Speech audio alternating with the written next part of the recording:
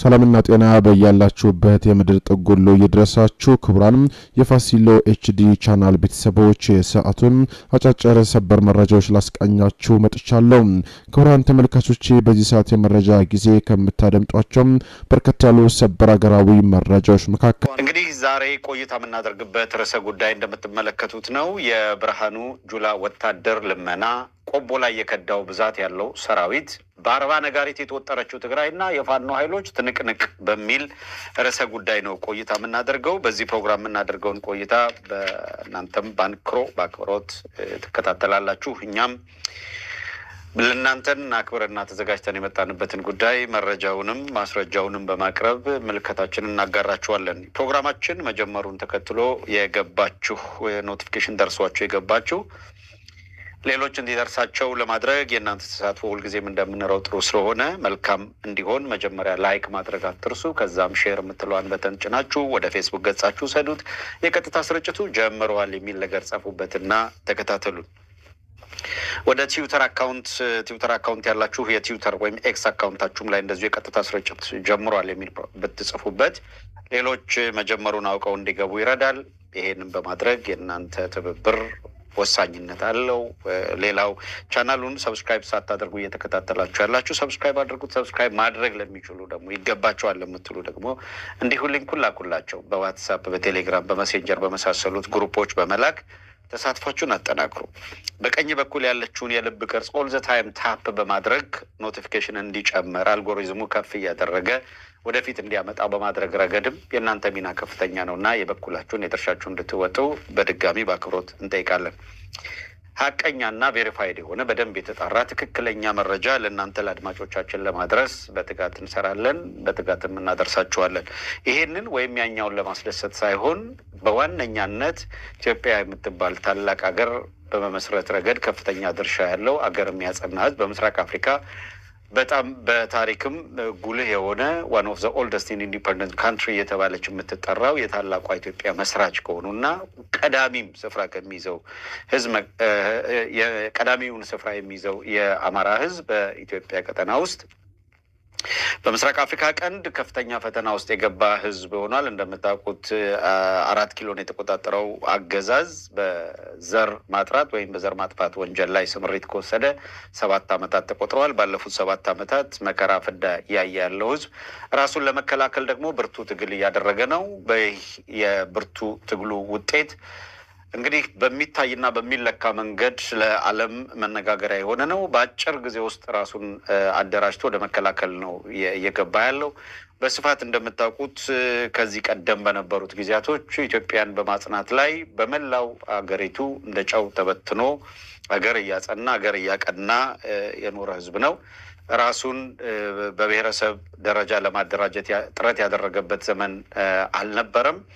የማህበረሰቡ ያገኘውን ወይም በሂደት ውስጥ በተፈጥሮ ዑደት ወይም ሂደት ውስጥ በልምምድም በትምህርትም በማናቸውም መንገድ ከተፈጥሮም እየቀሰመ የወሰዳቸውን ልምዶች እና የቴክኖሎጂ ሽግግሮች ለሀገሪቱ ያበረከተ በዘመናት ሂደት ውስጥ ያካበተውን ባህል፣ ወግ፣ ስርዓት እና እውቀት በወል የአገር የጋራ ሀብት እያደረገ የመጣ ህዝብ ነው። ነገር ግን ይህ ህዝብ ያለውን በመስጠቱ ምክንያት በመላው ኢትዮጵያ ያለው የአማራ ሪሶርስ ነው፣ የአማራ ባህል ነው፣ የአማራ ወግ ነው፣ የአማራ ስርዓት ነው በሚል ኢትዮጵያን ከዚህ የአማራ ስርዓትና ወግ እናጸዳለን የሚል ዘመቻ ከተጀመረ እንግዲህ ረጅም ዓመታት ተቆጥረዋል። ያንን ተከትሎ በሌላው ዓለም ለአገር ግንባታ አስተዋጽኦ ያደረጉ እንደውም ዓለም ተሰባስቦም ጭምር በዓለም ስልጣኔ ውስጥ በቀዳሚነት ድርሻ የነበራቸው አገራት ብሎ አገራትን እየለየ በተለያየ መልኩ አትሊስት የጥናታቸው አካልና የምስጋና ያቀርባሉ። ወይም አክኖሌጅመንት እውቅና መስጠት የጥንት ፐርሺያዎች ስልጣኔ፣ የግብጾች ስልጣኔ፣ የግሪክ ስልጣኔ፣ የኢትዮጵያ ስልጣኔ እየተባለ ነው የሚጠራው። የኢትዮጵያ ስልጣኔ ተብሎ ሲጠራ የኢትዮጵያ ስልጣኔ ተብሎ 1 2 3 4 ተብሎ ቢጠቀስ የሚጠቀሰው በጉልህ የሚታወቀው እንግዲህ ሁሌም ደጋግመን የምናነሳው ነው። ለስልጣኔ ተብሎ አንድ ሀገር ስልጡን ነው ተብሎ ሊለካበት የሚችለው ከሃይማኖትና ከአምልኮተ ስርዓት ጋር ያለው የመንግስት ስርዓት ይሄ በወል በኮሚኒየል የጋራ መኖርና መንግስት ስርዓት ማምጣትን በተመለከተ፣ ስነ ጽሁፍን በተመለከተ፣ ፍልስፍናን በተመለከተ፣ ስነ ህንጻን በተመለከተ፣ የዘመን አቆጣጠርን በተመለከተ፣ የፊደል ቀረጻን በተመለከተ እንግዲህ ስነ ጽሁፍ ከምትሄዱት ፊደልም ቀርጻችሁ ነው። የዜማ ስርዓት ሁሉም ነገር አብዛኛው በዓለማችን አንድ ጫፍ ላይ ያለ ለምሳሌ የዜማ ስርዓት ያንኑ ሜሎዲ ያንኑ የዚህ አህጉር የዚህ ምናምን አካባቢ ብለው የሚጠቀሙበት በአንድ ሀገር ውስጥ የተገኘ ነው የሚሆነው። የላቲን ብዙ ሀገራቶች የሚጠቀሙበት ቋንቋ ነው። እንግሊዝኛ እንደምታውቁት ብዙ ሀገራት የሚጠቀሙበት ቋንቋ ነው። በጣም ውስን ሀገራት የራሳቸው ዴር ኦን ላንጉጅ ዴቨሎፕ ያደረጓል። ኢትዮጵያ በተለየ ሁኔታ የራሷ ቋንቋ የራሷ የፊደል ስርዓት ያላት ሀገር እንድትሆን ኢቭን የራሷ የዜማ ስርዓት እንዲኖር ያስቻለ የራሷ የዘመን አቆጣጠር ቀመር ያላት ፊደል ብቻ ሳይሆን ቁጥርም ሂሳብም የራሷ ስሌት ያላት አገር ናት። ፍልስፍና የራሷ ሚቶሎጂም የራሷ ቴዎሎጂም ያላት የምትደንቅ አገር ናት። በዚህ ውስጥ ትልቁን ድርሻ የተወጣውን ህዝብ ምስጋና ቢያንሰው እንደዚህ ተሳዳጅ ሊሆን ባልተገባ ነበረ። ነገር ግን በብሔር እና ምንድነው በማንነት ላይ መሰረት ያደረገ ፖለቲካ በ1960ዎቹ ከመጣ ጊዜ በኋላ ይህንን አገር ያቆየ ህዝብ በተለየ ሁኔታ ታርጌት አድርጎ የጥፋታቸው ሰለባ የሚያደርግ እንቅስቃሴ በመኖሩ ምክንያት በጣም ዘግይቶ የሚደርስበትን ጥቃት ለመከላከል እየተደራጀ ያለ ህዝብ ነው። ስለዚህ ፈተናው ቀላል አይደለም። እነዚህን ፈተናዎች ግን ለመወጣት ብርቱ ጥረት እያደረገ ነው። ሰሜናዊ የኢትዮጵያ ክፍል በአጠቃላይ ከዚህ የስልጣኔ መስተጋብር ጋር የተዋሃደ ህዝብ ነው። አሁን ራሱን ችሎ አገር የሆነው ቀደም ሲል የኢትዮጵያ ክፍል የነበረው የኤርትራ በጣም ለረጅም ጊዜ ከኢትዮጵያ ጋር የኖረ የኢትዮጵያ አካል የነበረ ነገር ግን በአንድ የታሪክ አጋጣሚ በተለይ ከቀይ ግዛት እንቅስቃሴ ጋር ተያይዞ የተነጠለ ታሪክ ዴቨሎፕ ማድረግ የጀመረ በኋላም የቀኝ ግዛት አገራት በቅኝ የገዟቸውን ሀገራት ወደ ነጻ ሀገርነት ከእናት ሀገራቸው እየነጠሉ ወደ ነጻ ሀገርነት በሚወስዱበት ጊዜ ምንም እንኳን የኤርትራ ሳይሳካ የቆየ ቢሆንም ለቀኝ ገዢዎች ያልተመቻቸው ቢሆንም በእጅጉ ዘግይቶም ቢሆን ሀገር የማድረግ እንቅስቃሴው የገፋ መጣ። ይሄም አገዛዞች ልዩነቶችን አፕሮች ያደረጉበት መንገድ ደግሞ ነገሩን እየለጠጠው ሄዶ ወደ ነጻነት ትግል ወስዶታል። በመጀመሪያው አካባቢ ላይ እንደምታውቁት እንደ መግቢያ እንደ ኢንትሮ ለማድረግ ነው እንጂ እንደ ጀበሃ ያሉ በሌሎች ዓለማት ሃይማኖታዊ ተልዕኮ ተሰጥቷቸው የሚንቀሳቀሱ ክፍሎች ነበሩ። ኤርትራን ሀገር የማድረግ እንቅስቃሴ ነበራቸው። ይህን ለመከላከል የዛሬው ኤርትራን የሚመራውን የሻዕቢያን ድርጅት እንዲደራጅ በማድረግ ከፍተኛውን ድርሻ የተወጡት ጃንሆይ እንደሆኑ ነው የሚነገረው። እሳቸውም የኤርትራን ፕሮቴክት ለማድረግ እና ከቆላማው አካባቢ በጎረቤት ሀገራት ግፊት የሃይማኖት እንቅስቃሴ በማድረግ ለመገንጠል የሚደረገውን እንቅስቃሴ ለመግታት የሚያስችል እንቅስቃሴ ያደርጋል በሚል የደጋማውን ክፍል ወደ ማደራጀቱ እንደሄዱ ነው የሚነገረው። ኤንዌይ እንግዲህ ይህንን ታሪካዊ ሁኔታውን ያነሳ ነው። አሁን በዓለም አቀፍ እውቅና የሀገርነቷ የጸና የኤርትራን ሀገርነት ጥያቄ ውስጥ ለመክተትና ለማንሳት አይደለም። ኤርትራ በማናቸውም የታሪክ አጋጣሚ ሀገር ሆናለች። የኤርትራ ሉዓላዊ ሀገር መሆኗን የተባበሩት መንግስታት ጨምሮ ዓለም አምኖ የተቀበለው ሀገር ነው። የሌሎች ዝም ብሎ መሰረታዊ ያልሆኑ ጥያቄዎችን እያነሱ በጉንጭ አልፋ ክርክር እዛ ውስጥ መቆየት አስፈላጊም አይደለም። ከአሁን ዛሬ ለውይይት ከመረጥ ነው እና ከተዘጋጀንበት ርዕሰ ጉዳይም አውድ አንጻር በዚህ ጉዳይ ላይ ጊዜ ማባከን እምብዛም ፋይዳ ቢስ ነው።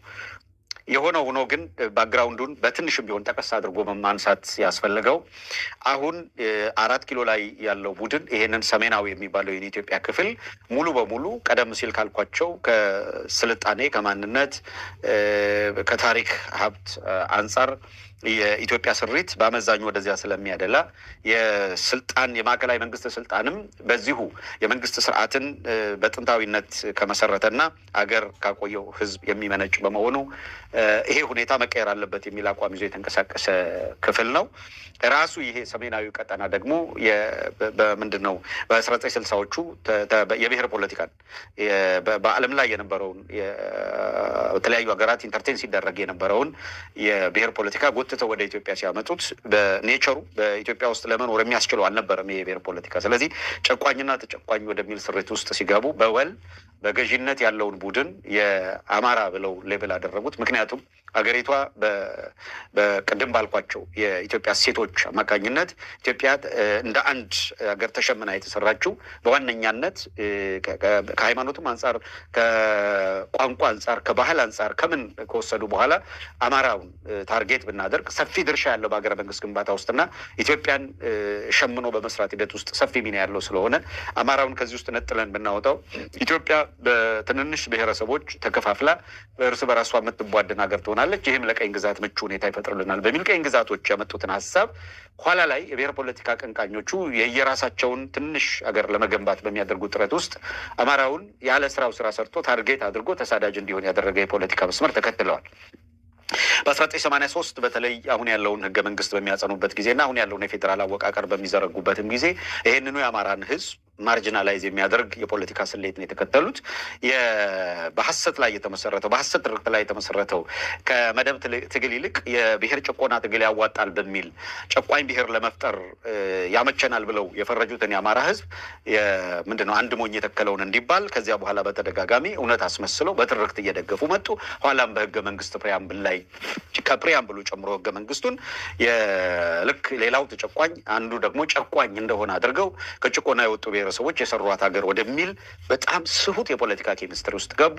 ይህንኑ የአማራ ህዝብ ደግሞ መጨቆኑን አውቆ የተነሳ ቀን የሚሰጠው ምላሽ አደገኛ ይሆናል በሚል ስጋት ውስጥ ስለነበሩ አንድም በ1983 ስልጣን የያዘው አካል ማይኖሪቲ ግሩፕ ስለሆነ ማጆሪቲው የነቃ ቀን ሊያመጣ የሚችለውን አደጋ ታሳቢ ያደረገ የፖለቲካ አደረጃጀት መፍጠር ፈልገው ነበር። በዚህም ምክንያት በዘላቂነት አማራውን ጠላት የሚያደርግ ስሌት ሲከተሉ የአማራ ብለው የፈጠሩትን ክልል አማራ ከሁሉም የኢትዮጵያ ክፍል ተሳዳጅ እንዲሆን የሚያደርግ አድርገው ነው የፈጠሩት። በወቅቱ ኢህአዴግ የሚባለው ድርጅት በተደራጀበት ጊዜ በኢህአዴግ ውስጥ አማራውን እወክላለሁ ብሎ ራሱን የአማራ ድርጅት አድርጎ ብቅ ያደረገው ኢሂድን የሚባለው በኋላ ብአዴን ተብሎ የተጠራው አደገኛና ነውረኛ ቡድን ነው። ይሄ አደገኛና ነውረኛ የሆነ ቡድን የአማራን ህዝብ ወክላለሁ ካለ በኋላ ሁለት በጣም አደገኛና መሰረታዊ የዛሬን ችግር ጭምር እያሰፋ በየቀኑ እያመረቀዘ ህዝቡን ለመከራ የዳረገ አደገኛ ስሁት የፖለቲካ ትርክት ተከተለ። ይሄው ምን የሚል ነበረ? ልክ የፖለቲካ ስንቅ አቀባዮቹ የያዙትን ተቀበለና አማራውን እንደ ጨቋኝ ወስዶ ሲያበቃ የራሴ ወክለዋለሁ የሚለውን ህዝብ አዲስ የክልል አወቃቀር በመስራት በመላው አገሪቱ ያለውን አማራ በአንድ በእነሱ በሰሯት ከርተሲ ስልቻ ውስጥ አምጥተን እንከተዋለን። ይሄ ስልቻ ክልል ብለው የጠሩት።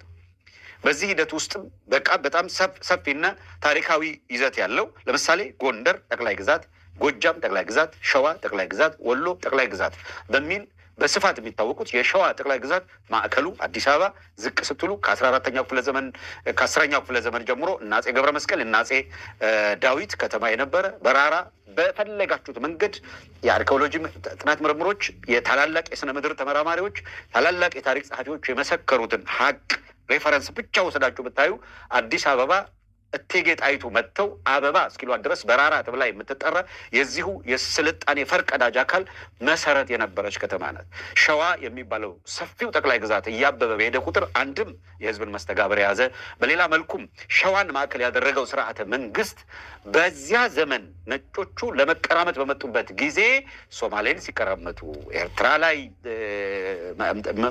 መልህቃቸውን ተክለው ግብግብ ሲፈጥሩ፣ ሱዳንን ገዢ ሁነው ሲመጡ፣ ጅቡቲን ሲሰፍሩባት ተመጡ። እንግሊዝ ሶማሌላንድ እንግሊዝ ነበረች የምትገዛው። ሶማሊያ መታ በተወሰነ ደረጃ ደግሞ ጣሊያን ገብታለች ወደ ሶማሌ። ኤርትራ ላይ መታ ተደጋጋሚ ኢንታይር ኢትዮጵያን ለመግዛት ያደረገችው ሙከራ ከከሸፈ በኋላ ከመረብ ምላሽ በጣም በከፍተኛ ጦርና ኃይል ቆይታ ማድረጓ ይታወቃል። በፈረንሳይ መታ ጅቡቲን ወስዳለች።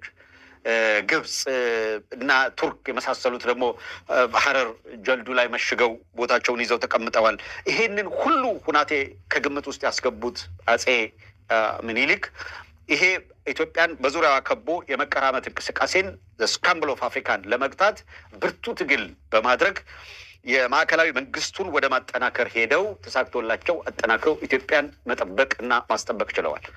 ያቺ ነባሯን ሀገር በማጽናት ሂደት ውስጥ በሁሉም አቅጣጫ እየሄዱ እቺ ነባርና ታላቅ ሀገር ማጽናት አለብን ብለው መላላት ከሳቸው በፊት በአፄ ቴዎድሮስ ዘመን እንደምታውቁት የዘመነ መሳፍንት መጥቶ በየቦታው አገር ተበተና የነበረችበት ወቅት ነበር።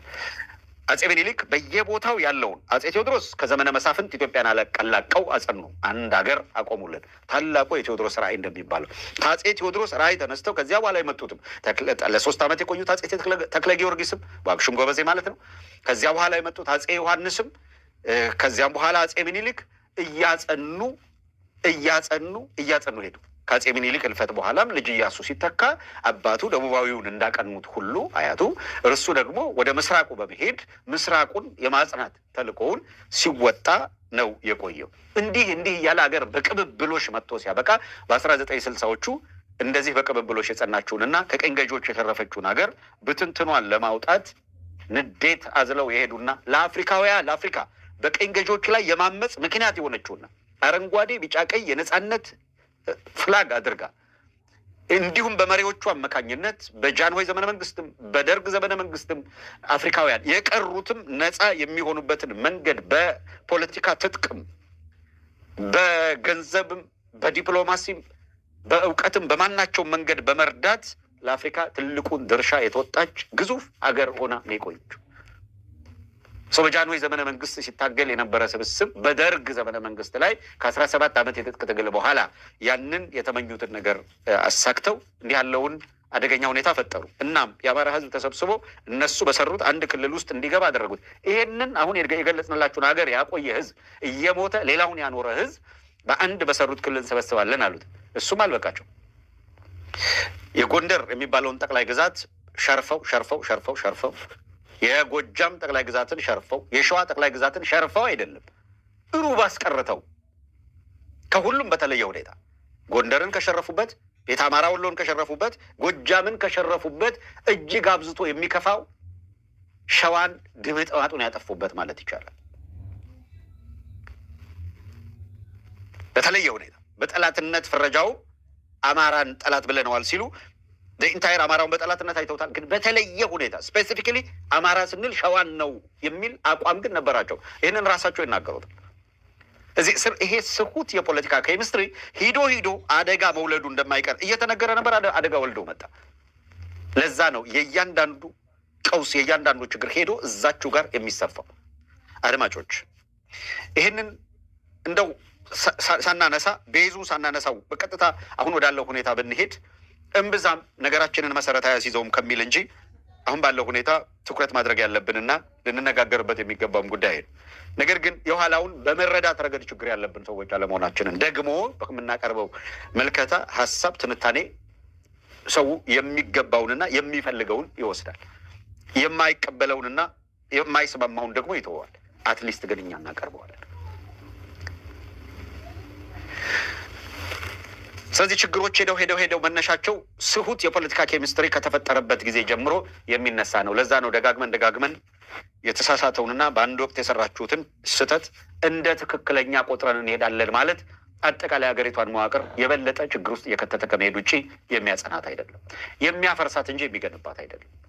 በማንኛቸውም መልኩ ጊዜያዊ ግርግር መስከንና መውረድ ከፍ ማለትና ዝቅ ማለት ይመጣ ይሆናል እንጂ ከመሰረቱ ለውጥ የሚመጣው መሰረታዊ ስህተት የተሰራበትን የችግሩን ሩት ኮዝ በማግኘት ነው። ሩት ኮዙ ደግሞ በኢትዮጵያ ውስጥ ስሁት ፖለቲካው ያመጣውን ለዘመናት የዘለቀ ቀውስ የሚገታው ስር ነቀል መሰረታዊ ለውጥ ማምጣት ሲቻል፣ ይሄ የተሳሳተ የፖለቲካ ሀሳቤ ለማስተካከል አሁን በዛ የተሳሳተ ሀሳቤ የተሰራውን የክልል ፎርሜሽን ማስተካከል ይፈልጋል።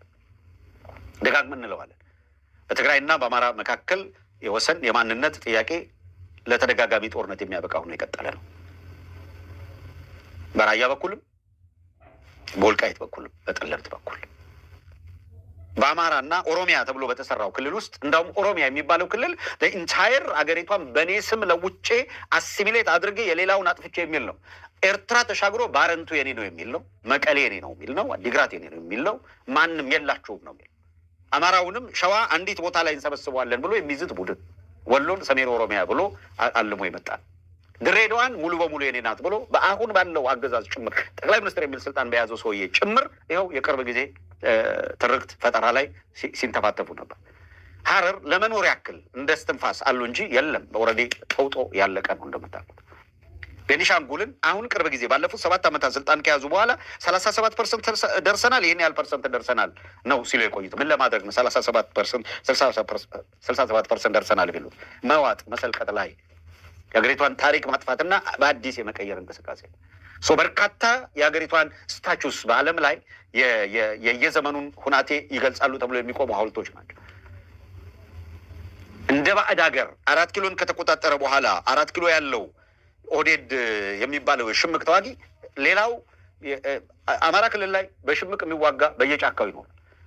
አሁን ትግራይ ላይ በሽምቅ የሚዋጋ በየቦታው፣ ኦሮሚያ ላይ እንደዛው በተመሳሳይ ልክ እንደዛ ሁሉ 4 ኪሎ ላይ ያለው ሽምቅ ተዋጊ ነው፣ መንግስት አይደለም። ይሄ ሽምቅ ተዋጊ በአገሪቷ ውስጥ ያሉ ምልክቶች፣ አገሪቷን ታሪክና ቅርስ ማሳያ ምልክቶች እያወደመ እያፈረሰ ያለ ነው። አፍርሶ ሲያበቃ መብራት ይተክልላል። አፍርሶ ሲያበቃ መንገድ ልሰራ ያደረግኩት ሙከራ ነው ይላል። በአንድ ድንጋይ 2 ወፍ መታ። አንድም ነባር ህዝቡንና በዚያ የንግድ ስርዓት ላይ የተሰማራውን በተለይ የጉራጌውንና የአማራውን ማህበረሰብ እያጸዳ የነቀለበት፣ ሁለትም እነዚህ በየመንገዱ ዳር ያሉ ዘመናት ያስቆጠሩ የታሪክ መገለጫ ቦታዎችን ማፍረስ ላይ ያለመ ነው። ይሄንንም ከማድረጋቸው ቀደም ብሎ በቅድ በያዙት መሰረት አዲስ አበባን ኢረሌቫንት እናደርጋታለን፣ በአጭር ጊዜ ውስጥ በኃይልም በውድም አስገብተን ዴሞግራፊውን እንቀይረዋለን፣ አማራውና ትግሬው ከዚህ ውስጥ ማርጂናላይዝ ተደርጎ ይጠፋል ብሎ ሽመልስ አብዲሳ የተናገረው በሚስጥር ኤሊቶች ያሏቸውን ሰብስበው ያደረገው ንግግር። ያን ሚስጥራዊ ንግግር ከ3-4 ዓመታት በፊት አውጥተን በማስረጃ አደባባይ እያሰጣ ነው። ዛሬ በየዩቲዩቡ ላይ ገብተህ ሽመልስ አብዲሳ ለኢትዮጵያ ያመጡት መቅሰፍት በሚል ርዕሰ ጉዳይ ያቀረብነውን በሚስጥር ተገኝቶ ቀጥታ የአንደበቱን ንግግር ያሰማ ነው ማየት ይቻላል። ደጋግመን ማሰማት ተደብቀው ሳይሆን በፕላን አድርገው አቅደው ጽፈው ተዘጋጅተው መዋቅር ሰርተው እያፈረሷት ያለች ሀገር። በዚህ ሂደት ውስጥ ቀደም ሲል በነበረው የፖለቲካ ስውት ትርክት መነሻነት 1983 ላይ ህገ መንግስት የተከሉት የፌዴራል ስርዓት የተከሉት አካላት ሂዶ መጥፊያቸውን ነበር የያዙት። እኛ እንደ አዲስ የምንነግራቸው አይደለም። በነገራችን መለስ ፊት ለፊት ሆነው ተከራክረውታል፣ ተሟግተውታል። ይሄ ነገር ሂዶ አገሪቷን ይበላታል። ይሄ ነገር የምትከተሉት የፖለቲካ አደገኛ የጥላቻ ትርክት ሂዶ አገሪቷን ያጠፋታል። ኢቭን የኤርትራ ጉዳይ ኤርትራ አገር መሆን ካለባት አገር ትሆን። ነገር ግን ኤርትራ በኢትዮጵያ የቀኝ ግዛት የተያዘች አድርጋችሁ የምትስሉት ነገር፣ የቀኝ ግዛት ጥያቄ የምታደርጉት ነገር አደገኛ ነው። ከኢትዮጵያ ገንጥላ በቀኝ ግዛት ይዛ የነበረች አገር ነበረች። ሃውኤቨር ቀኝ ገዢዎች ይዘው በቆዩበት ጊዜ የነበረውን ቴሪቶሪና የነበረውን ሁኔታ ይዘን አገር ሆነን መቀጠል እንፈልጋለን የሚለው ላይ በወል የህዝብ ስምምነት ካለበት፣ የህዝቡ ስምምነት ደግሞ በዓለም አቀፍ ደረጃ ማክኖሌጅ ከተደረገ ወደኋላ ተመልሶ ባክ ኤንድ ፎርዝ አያስፈልግም። አገር የሆኑ የሚለው ልትስማሙ ትችላላችሁ። ነገር ግን እናንተ ኢትዮጵያን እንደ ቀኝ ገዢ አድርጋችሁ ለመሳል የምታደርጉት ሙከር እውነታ የሌለው በመሆኑ በየጊዜው የሚያመረቅስ ችግር ትወልዳላችሁ ተብሎ ተነግሯቸዋል። ለኢህአዴግ ሰዎች፣ ለቲፒኤልኤፍ ሰዎች በወቅቱ